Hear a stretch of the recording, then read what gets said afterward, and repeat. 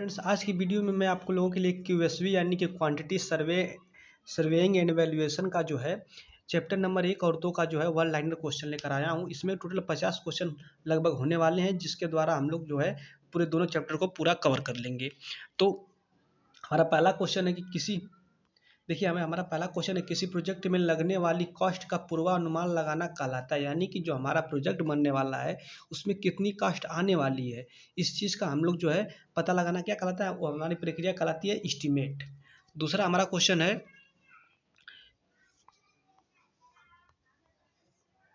देखिए दूसरा क्वेश्चन यहाँ पे हमारा दूसरा क्वेश्चन है कि वह एस्टीमेट जिससे तैयार करने के लिए मटेरियल रेट तथा स्पेसिफिकेशन की आवश्यकता नहीं होती। यानी कि वह एस्टीमेट कौन सा एस्टीमेट है जिसमें हमारे जो है मटेरियल के रेट और ड्राइंग वगैरह इन सब चीज़ों स्पेसिफिकेशन इन सब चीज़ों की आवश्यकता नहीं होती। तो हमारा होता है रफ कॉस्ट एस्टीमेट। इसमें हम लोग क्या करते हैं कि बस अनुमान लगा लेते हैं कि हाँ इतना जो है इतना खर्च हमारे आने वाला है। इसमें किसी भी रेट वगैरह तय नहीं होता है मटेरियल का। तो तीसरा क्वेश्चन है कि वह एस्टीमेट जिसे तैयार करने के लिए मटेरियल रेट तथा स्पेसिफिकेशन की आवश्यकता पड़ती है, वह हमारा कहलाता है डिटेल एस्टीमेट। इसमें हम सारी चीज़ों को जो है कंसीडर करते हैं। अगला हमारा क्वेश्चन नंबर 4 क्या है कि रफ कॉस्ट एस्टीमेट में बाधाएं आने पर टोटल कॉस्ट का कितना परसेंट जो है कॉस्ट ऐड करते हैं। यानी कि टोटल कॉस्ट में जो है कितना परसेंट जो है ऐड कर सकते हैं। तो उसमें हम कर सकते हैं 5% ऐड रफ कॉस्ट एस्टीमेट के लिए। अगला क्वेश्चन हमारा देखिए 5वां है कि यहाँ पे है कि डिटेल एस्टीमेट के लिए कोई अगर बाधा आने पर टोटल कास्ट का कितना परसेंट ऐड कर सकते हैं। तो यहाँ पे जो डिटेल एस्टीमेट होता है उसका जो हम लोग है 3 से 5% टोटल कॉस्ट का जो हम लोग यहाँ पर ऐड कर सकते हैं डिटेल एस्टीमेट में। अब क्वेश्चन नंबर 6वां हमारा है कि प्लिंथ एरिया एस्टीमेट में टोटल कॉस्ट ऑफ प्रोजेक्ट होता है। तो हमारा जो प्लिंथ एरिया रेट एस्टीमेट होता है, इसमें जो टोटल तो हमारे यहाँ पे आंसर है कि कॉस्ट ऑफ प्रोजेक्ट बराबर होता है total plinth area multiply by rate of construction पर मीटर स्क्वायर। यानी कि यहाँ पे हम क्या करते हैं कि टोटल जो हमारी प्लिंथ एरिया है उसमें जो रेट ऑफ कंस्ट्रक्शन से जो है मल्टीप्लाई कर देंगे पर मीटर स्क्वायर से, तो हमारा जो है टोटल कॉस्ट प्रोजेक्ट की निकल के आ जाती है। अब करा मल्टी स्टोरी बिल्डिंग के लिए क्वेश्चन नंबर 7 है कि मल्टी स्टोरी बिल्डिंग के लिए कौन सा एस्टीमेट तैयार किया जाता है। यानी मल्टी स्टोरी बिल्डिंग का मतलब हो गया कि उसमें जो है हम लोग प्लिंथ एरिया के साथ साथ उसकी हाइट भी मेजर कर रहे हैं, तो उसके लिए हम लोग क्यूबिक कंटेंट एस्टीमेट का जो है प्रयोग करते हैं। कह रहा है कि मटेरियल कॉस्ट 10% बढ़ जाने पर कौन सा एस्टीमेट तैयार किया जाता है। यानी कि जब मटेरियल की कॉस्ट जो है अगर 10% से अधिक बढ़ जा रही है, 10% तक बढ़ गई, तो उसके लिए हम लोग कौन सा एस्टीमेट तैयार करते हैं। तो उसके लिए हम लोग करते हैं रिविज्ड एस्टीमेट। यानी कि ये डिटेल एस्टीमेट के बाद का एस्टीमेट होता है, जो हमारी जो है मटेरियल की कॉस्ट वगैरह अगर बढ़ गई तो वहाँ पर तैयार किया जाता है। अगला क्वेश्चन नंबर 9 है कि रिपेयर एंड मेंटेनेंस के लिए टोटल कॉस्ट का कितना परसेंट लिया जाता है। तो जो हमारी रिपेयर और मेंटेनेंस के लिए टोटल कॉस्ट को हम लोग जो है 1.5% जो है 1.5% लेते हैं। क्वेश्चन नंबर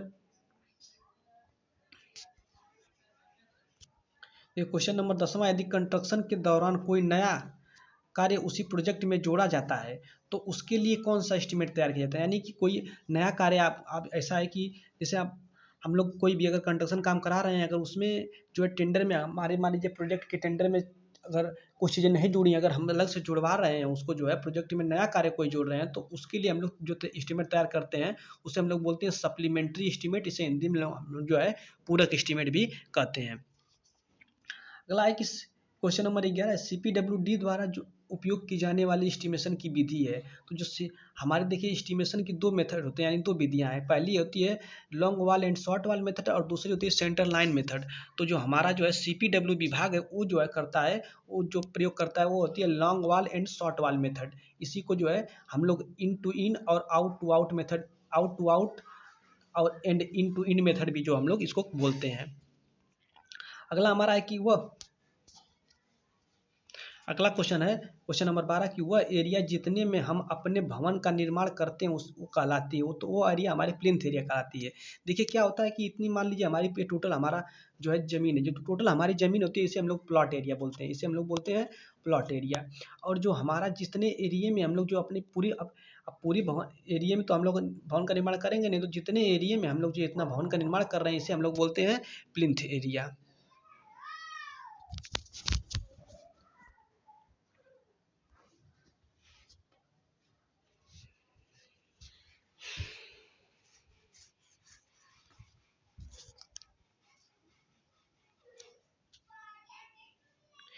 क्वेश्चन नंबर 13 कह रहा है कि वह एरिया जो हमारे रहने के लिए उपयोग की जाती है कहलाती है, तो वो एरिया कहलाती है कारपेट एरिया। देखिए होता क्या है कि कोई भी हमारा जो भवन है तो उसमें हम जो है पूरे भवन में तो रहते नहीं हैं, कहीं हम किचन में, अब किचन हो गया और बाथरूम वगैरह इन सब चीज़ों में हम लोग रहेंगे नहीं, तो रहने के लिए हम लोग समझ लीजिए कि वही एरिया जहाँ पे कारपेट बिछाते हैं, यानी कि अपना बेडरूम हो गया, मतलब ये सब एरिया जो हमारी जो लिवेबल लिवेबल यानी कि हम लोग कह सकते हैं जो रहने के लिए उपयोग की जाती है सिर्फ, तो वो हमारी कहलाती है कारपेट एरिया। क्वेश्चन नंबर देखिए 14, क्वेश्चन नंबर 14 यहाँ पे कह रहा है कि फ्लोर एरिया बालकनी एरिया का कितना प्रतिशत कवर करता है, तो वो हमारा करता है 50% कवर बालकनी एरिया का। लेकिन अब बात आती है कि फ्लोर एरिया क्या है, तो देखिए फ्लोर एरिया वो एरिया है जो समझ लीजिए कि हमारी टोटल प्लिंथ एरिया में से अगर हम दीवार के एरिया को माइनस कर दे रहे हैं तो जो एरिया हमारा आता है वो हमारा कहता है फ्लोर एरिया। क्वेश्चन नंबर 15 कि carpet area total plinth area का कितने परसेंट ले लेता है, तो जो हमारा जो कारपेट एरिया होता है वो टोटल प्लिंथ एरिया का जो हम लोग है 75% भाग जो है कारपेट एरिया लेते हैं। क्वेश्चन नंबर 16 है कि वह एरिया जो हम मूवमेंट पर्पस के लिए यूज़ करते हैं कहलाती है, यानी मूवमेंट पर्पस मतलब कि आने जाने के लिए वो एरिया जो प्रयोग करते हैं वो कहलाती है हमारी जो है सर्कुलेशन एरिया। क्वेश्चन नंबर 17वां कह रहा है कि फ्लोर एरिया रेशियो होता है, तो देखिए फ्लोर एरिया रेशियो जिसे हम लोग एफ आर वैल्यू भी कहते हैं, तो वो होता है टोटल कंस्ट्रक्शन एरिया अपान में प्लाट एरिया, यानी कि कहने का मतलब टोटल कंस्ट्रक्शन एरिया को हम लोग प्लिंथ एरिया भी बोल सकते हैं या बिल्डिंग एरिया भी बोल सकते हैं। तो यानी कि हम प्लिंथ एरिया का जब प्लिंथ एरिया अपान जो है प्लॉट एरिया करेंगे तो ये जो रेशियो आता है वही हमारा कहलाता है F R value. Question number 18वां देखिए कह रहा है कि long wall and short wall method में फाउंडेशन से सुपर स्ट्रक्चर की तरफ बढ़ने पर क्या होता है, यानी कि जब हम फाउंडेशन से यानी नीचे से ऊपर की तरफ यानी सुपर स्ट्रक्चर की तरफ बढ़ेंगे तो हमारी लॉन्ग वॉल की लेंथ घटती है तथा शॉर्ट वॉल की लेंथ बढ़ती है। अगर वही हम लोग सुपर स्ट्रक्चर से फाउंडेशन की तरफ आ रहे हैं यानी ऊपर से नीचे की तरफ, तब वहाँ पर हमारी लॉन्ग वॉल की लेंथ बढ़ने लगेगी और शॉर्ट वॉल की लेंथ जो है घटने लगेगी, इसका अपोजिट हो जाएगा। क्वेश्चन नंबर 9 है हमारा कि मृदा कार्य में लीड रिप्रेजेंट करता है, यानी कि मृदा कार्य में लीड क्या रिप्रेजेंट करता है, तो देखिए लीड जो है हॉरिजॉन्टल मूवमेंट को जो है रिप्रेजेंट करता है। और वही है कि मृदा कार्य में लिफ्ट रिप्रेजेंट करता है, तो जो लिफ्ट क्या होता है कि लिफ्ट जो है वर्टिकल मूवमेंट यानी वर्टिकली यानी कि जो हम लोग कह सकते हैं कि ऊर्ध्वाधर कितना मूवमेंट कर रहे हैं, कितना आना जाना है, उस चीज़ों को जो है लिफ्ट जो है हमारा रिप्रेजेंट करता है। लीड तथा लिफ्ट का मान कितना होने तक कोई अतिरिक्त व्यय नहीं लगता है, तो देखिए लीड का मान हमारा जो 30 मीटर तथा लिफ्ट का मान 1.5 मीटर तक रहेगा तो हमें कोई भी अतिरिक्त चार्ज नहीं देना पड़ेगा, इससे अधिक हुआ तो हमें अतिरिक्त चार्ज देने पड़ेंगे। और 22वां क्वेश्चन है कि सुपर सरफेस एक्सवेशन यानी कि सतही खुदाई को मापा जाता है, तो सतही खुदाई जो हमारी होती है, सतही खुदाई का मतलब होता है कि प्लान में अगर वो देखिए 10 मीटर स्क्वायर से तक और अगर 15 सेंटीमीटर गहरा है, देखिए यहाँ पर हमारे जो सतही खुदाई होती है वो प्लान में जो है 10 मीटर से अधिक रहेगी। प्लान में हमारी जो सतही खुदाई का मतलब हो गया कि प्लान में 10 मीटर से अधिक और जो है जो उसकी चढ़ाई होगी वो 1.5 मीटर से अधिक और जो है 30 सेंटीमीटर तक गहराई तक अगर हम खुदाई करते हैं तो उसे हम लोग बोलते हैं 30 सेंटीमीटर गहराई तक, तो उसे हम लोग बोलते हैं सतही खुदाई। तो जो सतही खुदाई होती है उसे जो पर मीटर स्क्वायर में जो है मापा जाता है। सोलिंग कार्य की गणना की जाती है, तो सोलिंग कार्य की जो गणना है वो भी हमारी पर मीटर स्क्वायर में होती है। अगला क्वेश्चन है कि क्वेश्चन नंबर 24 चिनाई कार्य को मापा जाता है, यानी चिनाई कार्य की गणना की जाती है, तो चिनाई कार्य की गणना भी जो है पर मीटर क्यूब में की जाती है, यानी कि इसे मीटर क्यूब भी कर सकते हैं। और पार्टीशन वाल अगर है, पार्टीशन वाल की जो गणना की जाती है वो जो है मीटर स्क्वायर यानी पर मीटर स्क्वायर में की जाती है। जो हमारा सीमेंट कंक्रीट का अगला क्वेश्चन हमारा कि सीमेंट कंक्रीट कार्य की गणना की जाती है, तो सीमेंट कंक्रीट की कार्य की गणना जो है हमारी मीटर क्यूब में की जाती है। क्वेश्चन नंबर 27 है कि माइल्ड स्टील की डेंसिटी होती है, तो माइल्ड स्टील की जो डेंसिटी होती है 7850 kg पर मीटर क्यूब होती है। हमारा क्वेश्चन है कि 28वां क्वेश्चन है कि डीपीसी की मोटाई होती है, तो डीपीसी की मोटाई जो है 2 से 4 सेंटीमीटर तक ले जाता है, और एवरेज मोटाई की बात कर ले तो 2.5 सेंटीमीटर तक जो है एवरेज मोटाई ली जाती है। और अगला क्वेश्चन नंबर 29 है कि डीपीसी कार्य की गणना की जाती है, तो डीपीसी कार्य की जो हमेशा गणना की जाती है मीटर स्क्वायर में। और डीपीसी प्रोवाइड नहीं किया जाता, तो जो डोर की ओपनिंग होती है वहाँ पर जो हम डीपीसी प्रोवाइड नहीं करते हैं। हमारा क्वेश्चन नंबर 31वां है कि प्लास्टर की मोटाई रखते हैं, तो प्लास्टर की मोटाई हम लोग जो 12 mm, 15 mm या फिर जो है 20 mm तक रख सकते हैं। पॉइंटिंग की गणना की जाती है, तो पॉइंटिंग जो कार्य होता है उसकी भी गणना जो हम लोग मीटर स्क्वायर में करते हैं। और प्लास्टर कार्य की गणना की जाती है, यानी प्लास्टर कार्य की गणना भी हमारी मीटर स्क्वायर में की जाती है। हमारा 34वां क्वेश्चन है कि स्टील डोर, स्टील गेट और स्टील शाटर की कार्य की गणना की जाती है, यानी कि स्टील डोर अगर है या फिर स्टील शाटर, तो इन सब की गणना जो हम लोग जो है मीटर स्क्वायर में करते हैं। जबकि स्टील डोर, स्टील गेट तथा स्टील शाटर का अगर भुगतान जो किया जाता है वो पर केजी या फिर पर कुंटल में जो है भुगतान किया जाता है, और जो कार्य की गणना की जाती है वो जो मीटर स्क्वायर में की जाती है, और भुगतान की इसकी पद्धति जो होती है वो मीटर जो है पर केजी या फिर पर क्विंटल में होती है। अगला क्वेश्चन है कि लकड़ी के दरवाजे एवं खिड़कियों की कार्य की गणना। तो जो लकड़ी के दरवाजे और खिड़कियां होती हैं उनकी कार्य की गणना जो हम लोग मीटर स्क्वायर में करते हैं। लेकिन अगर डोर, तो देखिए स्वयं देखिए कि डोर तथा विंडो के फ्रेम की जो गणना की जाती है वो मीटर क्यूब में की जाती है।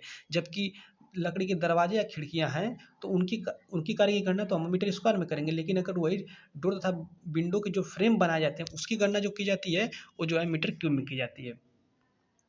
ग्राउटिंग ऑफ क्रैक, यानी कि दरारों को भरना को मेजरमेंट यानी कि गणना किया जाता है, तो उसको जो मेजर किया जाता है वो रनिंग मीटर में जो है हमारा क्रैकों को भरना जो है रनिंग मीटर में जो है मेजर किया जाता है। क्वेश्चन नंबर 39वां यहाँ पे देखिए क्या है कि एक्सप्लोसिव मटेरियल यानी कि जो विस्फोटक पदार्थ होते हैं मेजरमेंट किया जाता है, उसको जो हम लोग केजी या फिर क्विंटल में मेजरमेंट करते हैं। अब देखिए अगला क्वेश्चन हमारा है कि इलेक्ट्रिकल फिटिंग को मेजरमेंट किया जाता है, तो इलेक्ट्रिकल फिटिंग को नंबर ऑफ पॉइंट में किया जाता है। तो नंबर ऑफ पॉइंट क्या होती है कि मान लीजिए एक बोर्ड से दूसरे, जिससे हमारे घर में जितने भी बोर्ड लगे होते हैं, एक बोर्ड यहाँ पर है फिर दूसरे कमरे में दूसरा बोर्ड, तो वही हमारी पॉइंटिंग होती है। जितने हमारे बोर्ड होते हैं वही सारी चीज़ हमारे पॉइंटिंग में आते हैं। अगला क्वेश्चन है कि क्वांटिटी ऑफ ग्लास को मेजरमेंट किया जाता है, यानी कि देखिए जो जो क्वांटिटी ऑफ ग्लास के मतलब कि जो शीशे की मात्रा यानी ग्लास की जो मात्रा होती है उसको मेजरमेंट किया जाता है, तो उसको हम लोग मेजरमेंट करते हैं मीटर स्क्वायर में। लेकिन अगला है कि फिक्सिंग ऑफ ग्लास को मेजरमेंट, यानी कि ग्लास को जो फिक्स करना है उसको हम लोग मेजरमेंट करते हैं, उसको करते हैं नंबर ऑफ ग्लास में। देखिए क्वेश्चन में कि अगर क्वांटिटी की बात हो तो उसको मीटर स्क्वायर में लेंगे, लेकिन अगर वही फिक्स कर दिया है, फिक्सिंग की बात हो यानी लगाने की बात हो, तो उसको जो है हम लोग नंबर ऑफ ग्लासेस में लगाते हैं। क्वेश्चन नंबर 43 है कि सैनिटरी पाइप और डिस्ट्रीब्यूशन पाइप को मेजरमेंट किया जाता है, तो सैनिटरी पाइप और डिस्ट्रीब्यूशन पाइप जो लगाई जाती हैं उनको जो हम लोग रनिंग मीटर में है मेजरमेंट करते हैं।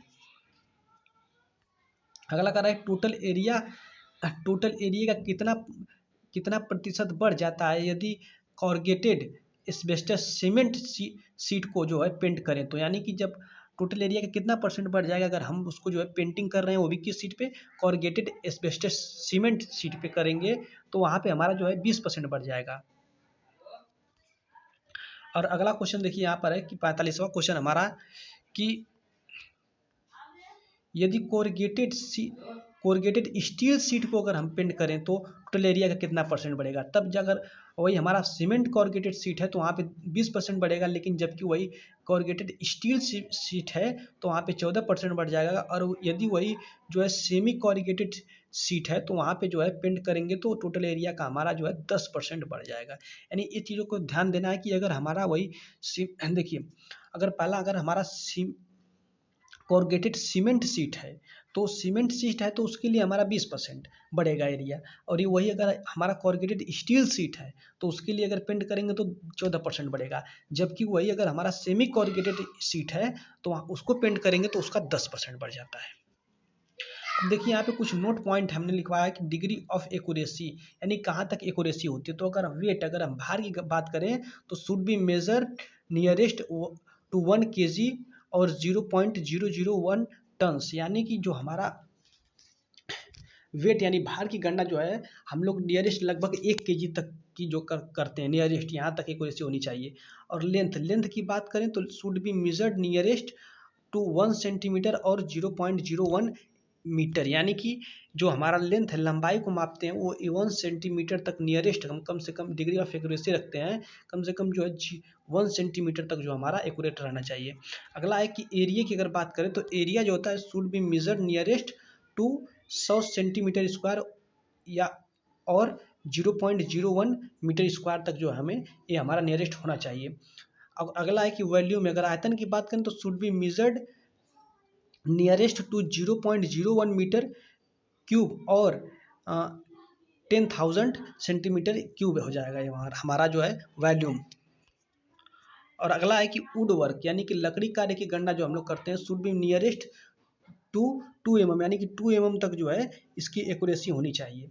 अगला है कि स्लैब मेजरमेंट, बीम मेजरमेंट या फिर कॉलम मेजरमेंट, ये जो है 1/2 सेंटीमीटर यानी कि 5 mm तक जो है इसका नियरेस्ट एक डिग्री ऑफ एक्यूरेसी होनी चाहिए। आई होप आप लोगों को ये वीडियो पसंद आया होगा। यदि वीडियो पसंद आता है तो इसे लाइक करें और हमारे चैनल को सब्सक्राइब करें ताकि हम अगला वीडियो जल्द से जल्द आपके लिए ला सकें। Thank you.